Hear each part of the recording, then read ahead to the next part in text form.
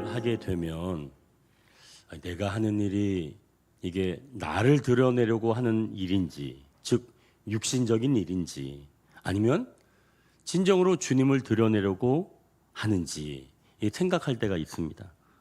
그래서 나를 드러내려고 하는 그런 마음이 있다는 것을 알게 되면 이거 내가 계속 일을 해야 돼? 라고 고민할 때가 있지요. 그렇다고 무조건 주님이 드러난 일만 해야 된다, 그걸 말하는 건 아닙니다. 세상의 일은 대부분 자기를 드러내는 일이기 때문에 우리는 어쩔 수 없이 그런 일에도 열심을 내야 합니다. 하나님은 그런 일을 통해서도 하나님의 뜻을 이루어 가시기에 비록 사람이 드러나는 일이라고 할지라도 이 일을 통해 주님의 뜻이 드러나기를 원합니다 라고 기도하면서 우리가 하면 좋겠지요. 오늘 본문에서도 자기의 일을 하는 사람이 있습니다. 우리가 27절을 다시 같이 읽겠습니다. 이에 이사갈 족속 아히야의 아들 바하사가 그를 모반하여 블레셋 사람에게 속한 기브돈에서 그를 죽였으니 이는 나답과 온 이스라엘이 기브돈을 애워싸고 있었음이더라. 아멘. 여로보암의 아들인 나답이 어떻게 무너지는지를 보여주는 말씀이에요. 누구의 아들이라고요? 여로보암의 아들 나답. 나답이 지금 무너지는 모습인데요. 이 나답이 왕위를 그의 아들에게 물려준 게 아니에요. 여기서 보니까 이사갈 족속 아히야의 아들인 바하사가 나답을 모반하였다라고 말씀합니다. 모반은 뭐예요? 쿠데타를 이야기하는 거죠. 왕위를 찬탈했다. 그가 적자가 아닌데 다른 사람인데 왕위를 무력으로 빼앗은 겁니다. 반역을 일으켜 왕위를 찬탈했다는 건데요. 바하사가 나답을 어디서 죽였는지 한번 여러분 보십시오. 어디에서 죽였다 그래요? 기브돈에서 죽였다고 말씀합니다. 근데 이 기브돈에서 보니까 이 나답이 뭘 하고 있었는지 한번 보십시오. 나답과 온 이스라엘이 기브돈을 애워싸고 있었음이더라. 여러분 이렇게 자세히 읽어보니 이게 도대체 뭐라는 거지? 이런 생각이 드시죠? 이게 좀 희한한 상황이에요. 나답이 기브돈을 애워싸고 있는데 바로 그때 바하사가 이 나답을 죽였다는 겁니다. 먼저 이 기브돈은 언덕, 구릉 이런 뜻이에요. 약간 높은 곳이라고 하는 거죠. 우리가 지난 시간에 했던 라마도 사실은 높은 곳이라고 하는 뜻인데 이 라마와 이 기브돈은 조금 달라요. 이 기브돈은 이렇게 좀 이 언덕 자체 이렇게 좀 이렇게 솟아오른 그런 거라면 라마는 불쑥 이렇게 솟아난. 그러니까 이 기브돈은 약간 언덕진 구릉지대라고 이제 보면 되는 거예요. 근데 원래 이 지역이 단지파에 배분된 그런 땅입니다. 그래서 이 기브돈은 레위인의 성읍으로 준 땅이에요. 그런데 한 번도 이 레위인의 성읍이 되지 못하고 블레셋 사람들이 장악하고 있는 땅입니다. 누가 장악했다고요? 블레셋. 그러면 다른 나라잖아요. 문명이 앞선 나라잖아요. 이스라엘을 대적하고 있는 나라가 이 기브돈을 항상 점령하고 있었던 겁니다. 나답은 지금 이 기브돈을 애워싸고 공략해서 점령하려고 하는 거예요. 자, 그럼 이제 생각해 보십시오. 다른 사람은 한 번도 이 일을 한 적이 없어요. 그런데 지금 나답이 이 일을 하는 겁니다. 왜 할까요? 여러분, 다른 사람은 못 해봤어. 근데 이 나답만 지금 이렇게 하는 거예요. 왜 할까요? 하나님의 명을 받들어? 아니에요. 다른 사람이 한 번도 해보지 못한 일을 자기를 드러내려고 하는 거죠.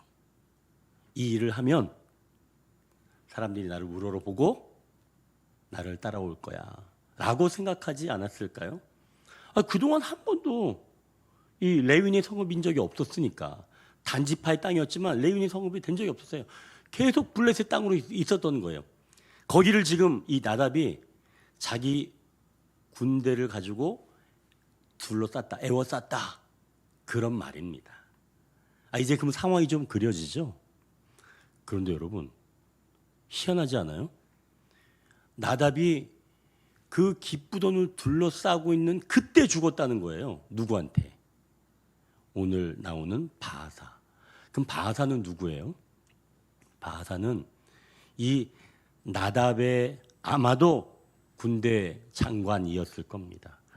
그 군대의 어떤 부분의 대장이었을 거예요. 그런데 그가 모반을 해서 자기의 주군을 거기에서 살해한 겁니다. 쿠데타를 일으킨 거예요. 그러면 이제 모양이 그려지죠?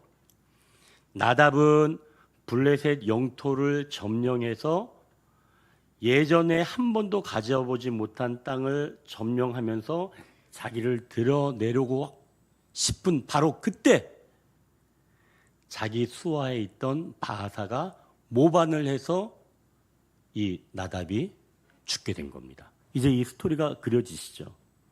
자, 그러면 이제 생각해 보십시오. 나답은 지금 누구에게 둘러싸여 있어요? 자기 군대가 있어요. 나답은 자기 군대 수천 수만 명이 있을 거 아니에요. 그렇죠. 그래서 외부의 적을 무찌르려고 자기가 거느린 수천 수만 명의 군대가 자기를 또 이렇게 딱 두르고 있는 겁니다. 그러면 나답은 지금 안전해요? 안전하지 못해요? 엄청 안전한 거예요. 자기 군대를 지금 다 가지고 있잖아요. 굉장히 안전한 겁니다. 근데 거기에서 죽은 거예요. 너무 희한하지 않아요, 여러분? 어떻게 자기를 지키는 수많은 군사가 있는데 그 가운데서 지금 이 나답이 죽게 된 겁니다. 지금 나답이 하려고 하는 일이 뭐예요? 외부의 적을 무찌르려고 하는 겁니다. 그걸 통해서 자기를 드러내려고 하는 그런 와중이에요. 그런데 그때 내부의 적이 일어나서 자기를 죽이게 된 거죠. 자, 그렇다면 이건 뭔가? 곧 내가 생각하는 가장 안전한 장소, 내가 외부의 적을 무찌르고 있을 때 내 내부에 있는 모든 사람들이 지원해 줄 것 같은 가장 안전한 장소인데 여기서 지금 죽었다는 겁니다. 사실은 하나님의 심판 선언이 이미 있었어요. 그럼 하나님의 이 심판 선언은 아무리 아군으로 겹겹이 둘러싸고 있을지라도 그곳은 곧 사형 집행 장소가 될 수 있다는 겁니다. 여러분, 이게 참 무시무시한 얘기예요. 자, 그러니 이 바하사의 이 배신은 우연이 아니라 여로보암에 대한, 그리고 그 아들 나답에 대한 하나님의 신실한 응답이다라고 볼 수가 있는 거죠. 하나님은 그래서 이 나답이 자기를 드러내고 싶은 그 욕망을 멈추게 하지 않으신 거예요. 내버려 두신 겁니다. 네가 드러나고 싶어? 내버려 두신 거예요. 왜요? 그 욕망을 통해서 내부의 적이 그를 죽이게끔 그냥 방임하신 거죠. 자, 그렇다면 이 외부 일로서 나를 드러내고 싶은 이 욕망, 이런 것에 초점을 맞추게 되면 결국은 내부의 문제를 우리가 발견하지 못할 수 있다는 말씀이겠죠. 그것 때문에 무너지는데도 말입니다. 자, 그럼 어떻게 하면 외부의 적이 아니라 내부의 문제에 집중할 수 있을까요? 내부의 문제란, 그러니까 이거는 뭐 다른 사람이랑 싸우고 이런 이야기가 아니에요. 사실은 어떻게 보면 이거는 내 내면에 일어나고 있는 영적인 전쟁을 말하는 겁니다. 그러니까 이 외적인 결과에 집중해서 내면에서 일어나는 어떤 감정의 변화, 그리고 그에 따라 마음이 달라지는 이런 상황을 무시한다면 결국에는 나중에 내면의 문제로 인해서 붕괴되고 만다 라고 하는 것을 지금 보여주는 말씀이에요. 어느 그 교회 주일학교가 점점 무너지고 있습니다. 그래서 고민 끝에 그 주일학교 인원이 줄어드는 이유를 프로그램에서 찾은 거예요. 그리고 더 새로운 아이디어를 찾게 되었습니다. 여러분, 그럼 이거 잘하는 거예요? 못하는 거예요? 제가 보기에 이건 못하는 겁니다. 이거는 외부에서 문제를 지금 찾는 거예요. 더 새로운 아이디어, 프로그램. 그보다는 주일학교 교사의 고충을 들어보지 않으며 깨어지는 가족들에게 관심을 기울이기 힘들어하는 그런 마음이 더 큰 문제라는 겁니다. 그러니까 외부적으로 드러나는 일도 중요하긴 하지만 내면에서 일어나는 여러 감정의 문제를 외면하는 것, 그게 더 큰 문제라는 말씀이에요. 그래서 우리가 첫 번째 기도 제목은 외적인 성취보다 내면의 거룩함을 지키게 하옵소서. 외적인 성취보다 내면의 거룩함을 지키게 하옵소서. 여러분, 자꾸 내가 뭘 해서 막 드러나는 거, 그거 좀 경계해야 돼요. 그보다는 내 내면에서 일어나는 이런 영적 전쟁, 갈등, 이거에 주목하자는 이야기입니다. 세상에서 기쁘돈을 탈환하듯 멋진 그 성과 내는 일에만 몰두하지 마시고 내 안의 영적인 상태를 살피면서 내부의 갈등을 다스리는 삶을 살게 하옵소서. 우리가 이러한 초점을 가져야 한다는 것이죠. 자, 이제 그럼 어떻게 하면 이 외적인 성취보다 내면을 생각하면서 살아갈 수가 있을까요? 이제 15장 34절에서 16장 2절까지 우리가 한 절씩 한번 읽어보겠습니다. 34절에서 2절까지 제가 34절 읽겠습니다. 바하사가 여호와 보시기에 악을 행하되 여로보암의 길로 행하며 그가 이스라엘에게 범죄한 그 죄 중에 행하였더라.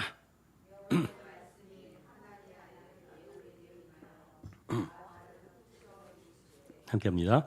내가 너를 티끌에서 들어 내 백성 이스라엘 위에 주권자가 되게 하였거늘 내가 여로보암의 길로 행하며 내 백성 이스라엘에게 범죄하게 하여 그들의 죄로 나를 노엽게 하였은즉. 하나님께서 지금 바하사를 꾸짖으시는 거예요. 그러니까 지금 바하사는 이미 이제 나답을 죽이고 자기가 왕이 된 겁니다. 근데 지금 하나님께서 바하사를 꾸짖으시는 거예요. 왜 그러냐면 바하사를 통해 사실은 이 여로보암 가문을 정리하셨는데 이번에는 바하사가 여로보암과 똑같은 길을 걷는 거예요. 그럼 하나님 어떠시겠어요? 노하시죠. 아니, 얘를 좀 정리하고 너 좀 잘해야, 이렇게 지금 사용하셨는데 똑같이 하네. 그래서 지금 하나님께서 진노하시는 겁니다. 이 바하사를 꾸짖으면서 2절 말씀에 이렇게 말씀하세요. 내가 너를 티끌에서 들어 내 백성 이스라엘 위에 주권자가 되게 하셨다라고 말씀합니다. 지금 보니까 이 바하사가 뭐였냐면 티끌이었다는 거예요. 바하사가 티끌. 내가 어떤 존재인지 기억한다면, 그걸 잊지 않는다면, 그리고 그런 나를 하나님께서 어떻게 세워주셨는지 잊지 않는다면 우리는 겉으로 드러나는 것보다 내면을 잘 관리하며 살아갈 수 있지 않을까요? 즉, 내가 어디서 왔는지 기억한다면 그래도 우리는 내 내면을 잘 관리하면서 살아갈 수 있지 않을까 말입니다. 여러분, 스스로 작게 여기는 자는 안전해요. 그런데 그걸 넘어설 때 위험한 겁니다. 하나님께서 이 솔로몬이 우상 숭배에 빠지자 대적자를 세운 것 아시죠? 그 중에 한 사람이 바로 여로보암이었습니다. 여로보암은 누구였냐면 솔로몬의 신하였습니다. 그러면 왕이 신하를 어떻게 생각해요? 우습게 알아요. 그러겠죠? 솔로몬에게 신하입니다. 이 여로보암은 저 한참 밑에 있는, 물론 이제 왕궁 공사를 책임지는 감독관이었긴 하지만 그래도 저 밑에 있는 신하일 뿐이에요. 솔로몬은 유다 지파 왕이었어요. 여로보암은 북쪽 에브라임 지파, 물론 에브라임 지파는 장자 지파예요. 하지만 유다 지파와는 상대가 안 됩니다. 하나님은 그런 여로보암을 사용하셔서 솔로몬을 대적하게 하시는 거예요. 이후 솔로몬의 아들인 이 르호보암과 여로보암이 갈등이 일어나면서 결국은 나라가 나뉘게 되었고 북쪽 이스라엘을 여로보암이 다스리게 되었잖아요. 그런데 조금 전에도 이야기한 것처럼 이 여로보암도 결국 하나님을 떠나고 또 하나님 백성도 하나님을 떠나도록 이 여로보암이 만들어 버린 겁니다. 그래서 하나님을 노엽게 한 거죠. 하나님은 그래서 여로보암을 대적하도록 누구를 쓰셨냐? 바하사를 쓴 겁니다. 자, 그럼 바하사는 어느 지파인가? 오늘 본문에 보니까 이사갈 지파입니다. 이사갈 지파는 북쪽 중에서 평민이에요. 아까 이 여로보암은 어느 지파라고 그랬죠? 에브라임 지파예요. 거기는 에브라임은 요셉의 장자 지파잖아요. 그럼 거기에는 그래도 좀 뭔가 좀 권위라도 있죠. 그렇다면 이 바하사는 이사갈 평민 지파란 말이에요. 이 에브라임에 비한다면 하나님은 바로 그런 자를 들어서 사용하신 겁니다. 그러니까 그 사람보다 좀 훨씬 못한 사람, 자존심이 팍 상하게 만드시는 거죠. 어떻게 본다면 솔로몬에게 대적하도록 여로보암을 부추겼다면 또 여로보암을 대적하도록 바하사를 일으킨 겁니다. 이사갈 지파. 자, 그렇다면 내가 하나님의 도구로 사용될 때 바로 이것을 잊지 말아야 하는 것이죠. 나는 어디에서 왔는가? 여러분 이걸 기억하셔야 돼요. 그래야지 외적인 그런 멋들어진 성공에 눈이 가지 않고 내 내면에 일어나는 영적 전쟁에 관심을 갖게 된다는 거죠. 내가 어디서 왔는가? 이걸 자꾸 잊어버리니까 우리는 그걸 넘어버리는 겁니다. 마치 내가 처음부터 왕이었던 것처럼 막 그렇게 살아가는 거예요. 그래서 넘어지는 겁니다. 자, 그래서 이제 두 번째 기도 제목은 내가 어디서 왔는지 잊지 않게 하옵소서. 두 번째 기도 제목 다시 한번, 내가 어디서 왔는지 잊지 않게 하옵소서. 그 조금 전에 이제 그 내가 먼저 갔다라고 하는 그런 말씀을 들으면 좀 마음이 불편할 수 있어요. 하지만 그렇지 않습니다. 하나님은 먼지와 같은 우리 인간에게 하나님의 호흡을 주셨잖아요. 그래서 우리가 생명이 되었죠. 그래서 하나님께서 우리를 만물을 정복하고 다스리라고 하는 그런 명령, 지상 명령을 주셨습니다. 그리고 여기 바하사에게는 어떤 명령을 내리셨냐면 내 백성 이스라엘 위에 주권자가 되게 하신 거예요. 여러분, 하나님의 일은 내가 하나님 앞에 티끌과 같습니다 라고 하는 그런 존재에 대한 인식이 있을 때 주어지는 거예요. 그러니까 하나님의 일은 내가 하나님 앞에 바짝 엎드려서 하나님, 저는 하나님께 아무것도 아닙니다 라고 할 때 하나님이 그 일을 맡기시는 거예요. 내가 막 이렇게 하고 다닐 때 하나님 그 일을 안 맡기세요. 여러분 어떻게 해야 돼요? 바짝 하나님 앞에 엎드리셔야 돼요. 그건 당연한 거겠죠. 그래서 2절 보니까 이렇게 말씀합니다. 다시 한번 2절 한번 보십시오. 내가 너를 티끌에서 들어 내 백성 이스라엘 위에 주권자가 되게 하였거늘. 여기서 보십시오. 하나님께서 북쪽 이스라엘 백성을 어떻게 부르시나요? 내가 너를 티끌에서 들어 내 백성이라고 말씀하세요. 북쪽 이스라엘 백성들을 뭐라고 부른다고요? 내 백성. 지금 북이스라엘 사람들은 어떤 사람들이에요? 왕을 따라서 죄를 짓는 사람들이에요. 그럼 왕을 따라서 죄를 짓는 사람들, 그 사람들을 하나님의 백성이라고 볼 수 있어요? 여러분 같으면 볼 수 없지. 하나님 섬기지도 않고 서로 물고 뜯는 사람들, 그런 사람을 누가 하나님 백성이라고 이야기하겠어요? 여러분 같으면 그렇게 해요? 아니, 마음이 넓으면 뭐 그렇게 할 수도 있겠죠. 저 같으면 못해요. 근데 하나님 뭐라고 하시냐면 내 백성이라고 하는 거예요. 정말 멋없는데도 그래도 내 백성이라고 해주시는 거예요. 죄를 짓고 하나님 섬기지도 않고 자기네들끼리 물고 뜯는데도, 그런데도 하나님은 내 백성이라고 이야기를 해주시는 겁니다. 오늘 새벽에 우리가 엠마오로 가는 두 제자 이야기를 나눴잖아요. 그 두 제자도 예루살렘에 있던지 아니면 갈릴리로 갔어야 될 사람들이에요. 왜? 예수님께서 나중에 내가 부활하면 갈릴리로 갈게 라고 하셨고, 또 예루살렘에서 기다려, 또 이렇게도 하셨기 때문에 예루살렘에 기다리든지 아니면 뭐 갈릴리로 가든지 그래야 돼요. 그런데 이 두 제자는 어디로 갔냐면 엠마오로 내려가 버렸죠. 자, 그렇다면 제자이지만 하나님이 기뻐하시는 방향으로 가지 않는 그런 상태인 겁니다. 그런데도 예수님은 경론하고 있는, 서로 막 논쟁을 하고 내려가면서 막 그러고 있는 그 두 제자 옆에서 절절절 따라가시는 거예요. 주님은 왜 따라가요? 말도 안 듣는데. 그러면서 또 이렇게 귀를 기울여 주세요. 무슨 일이 있었어? 하도 답답하니까 예수님께서 성경을 다 풀어주셨잖아요.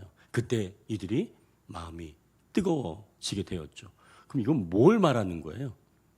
예수님은, 즉 우리 하나님은 비록 우리가 잘못된 길로 걸어가고 있을지라도 저거 참 내버려 둬야지 이렇게 하지 아니하시고 그 길을 쫓아가시는 거예요. 따라가요, 거기를. 그리고 끌어오는 거예요. 여러분, 이분이 하나님이에요. 여러분, 이런 하나님 믿으셔야 합니다. 이런 하나님이 우리 하나님이라는 거예요. 우리 같으면 그거 따라가지 않아요. 에휴, 저거 말고 인간 없어. 내가 다른 사람을 내가 키우고 말지. 우리 같으면 그럴 텐데 하나님 그렇지 아니하시고 끝까지 가신 기회를 주신다는 거예요. 오늘 본문 2절에 하나님은 바하사에게 하나님 백성의 주권자로 삼으셨다고 말씀합니다. 그가 티끌이 있음을 알고 있을 때이죠. 이스라엘 그 초기 왕이었던 사울도 그가 스스로 작게 여길 때 하나님께서 이스라엘의 머리가 되게 해 주셨습니다. 스스로 작게 여기면 하나님은 높여주세요. 하나님은 그런 분이다라는 말씀입니다. 우리가 스스로 작게 여길 때 우리를 머리 되게 하시는 분. 자, 이제 그러면 어떻게 하면 하나님 나라 백성의 주권자로 살아갈 수가 있을까요? 16장 5절을 한번 우리가 같이 읽겠습니다. 5절. 바하사의 남은 사적과 행한 모든 일과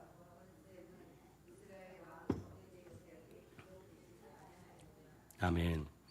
하나님 백성의 주권자로 스스로 작게 여기면서 살아갈 수 있는 길은 여기서 이 5절에서 보니까 이 바하사에게만 쓴 단어가 하나 있더라고요. 이 나다박에는 쓰지 않은 단어예요. 뭐냐면 바하사의 남은 사적과 행한 모든 일과 권세는 이라고 하는 이 단어입니다. 권세. 여기서 권세는 어쩌 외적인 드러나는 그런 힘 이런 걸로 또 볼 수가 있죠. 그런데 이 권세를 지금 이 바하사는 무엇으로 사용하고 있냐면 여로보암의 길을 따라가는데 지금 권세를 쓰고 있는 겁니다. 아니, 하나님이 스스로 작게 여기실 때 주신 그 권세를 지금 나는 어디에 사용하고 있는가 살핀다면 하나님이 사용하시는 도구로 아름답게 살아갈 수가 있게 된다는 것이죠. 그래서 여기서 나오는 이 권세라는 단어는 조금 전에 이야기했던 것처럼 어떤 물리적인 힘뿐만이 아니라 용맹함 또는 승리라는 뜻도 담겨 있습니다. 바하사는 전쟁터에서 승리할 수 있는 이 외부적인 힘은 있었지만 자기 안에 욕망을 이기는 그런 영적 권세는 없었던 겁니다. 그러니까 자기가 가진 그런 권세로 내면의 문제를 바라보는, 그리고 내면의 문제와 싸우는 일에는 제로였다는 거예요. 자기가 가진 권세로 내면의 문제를 좀 싸웠어야 되는데 오히려 정적들을 다 제거하고 유다와 싸우고 하는 일에만 사용을 했다는 거죠. 여러분, 세상에서 승리하는 권세보다 더 무서운 건 그 권세를 가지고 여로보암의 길을 가는 겁니다. 자기 멋대로 살아가는 것. 그래서 진정한 권세는 뭐냐? 외부를 향해 휘두르며 나의 힘을 드러내려고 하는 그런 게 아니라 내 내면의 욕망을 멈출 줄 아는 힘. 그게 바로 진정한 권세라는 거죠. 내 내면에 일어나고 있는 그 욕망을 맞서는 그런 힘. 그게 진정한 권세입니다. 어느 목사님이 이 특정한 날이 되면 버릇처럼 하는 일이 있습니다. 바로 통장 잔고 확인입니다. 매월 마지막 날이 되면 어느 그 후원자가 후원 단체에서 선교비가 많이 좀 들어왔던 모양이에요. 그래서 이 목사님은 항상 그날이 다가오면 가슴이 뛴다는 겁니다. 그래서 선교비가 들어왔는지 안 들어왔는지 통장 확인을 계속 해본다는 거예요. 근데 시간이 지나니까 굳이 그날이 아닌데도 자기가 통장 확인을 하고 있더라는 겁니다. 여러분 그 마음 아시겠죠? 그래서 이제 이 목사님은 내가 하나님을 의지하는 게 아니라 이 통장을 의지하고 있었구나 라고 하는 생각이 딱 들었다는 거예요. 그때부터 이 목사님은 기도하기 시작했다는 겁니다.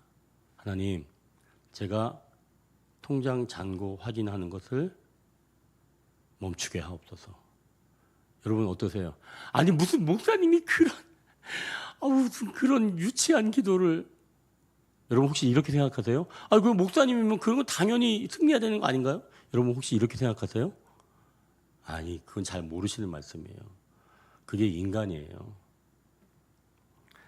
처음에는 감사함이 들었지만, 그러니까 통장 이게 선교비 들어온 게 감사함이 들었지만 나중에는 선교비를 기다리게 되고 하루라도 늦어지면 불안해지기 시작하는 겁니다. 그래서 마지막 날이 아닌데도 만약에 잔액을 확인하게 되고 또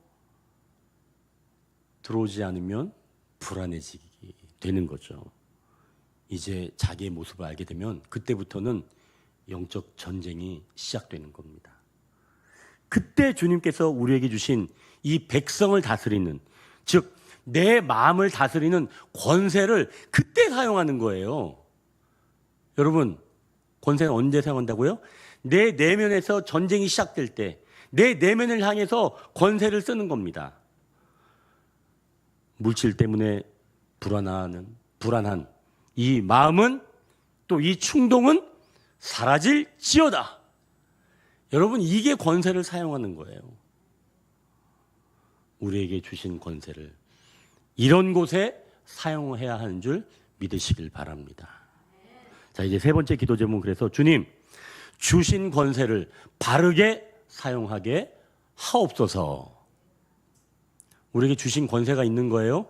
이 권세를 바르게 사용하게 하옵소서. 오늘 우리가 이 세 가지 기도 제목, 외적인 성취보다 내면의 거룩함을 지키게 하옵소서. 내가 어디서 왔는지 잊지 않게 하옵소서.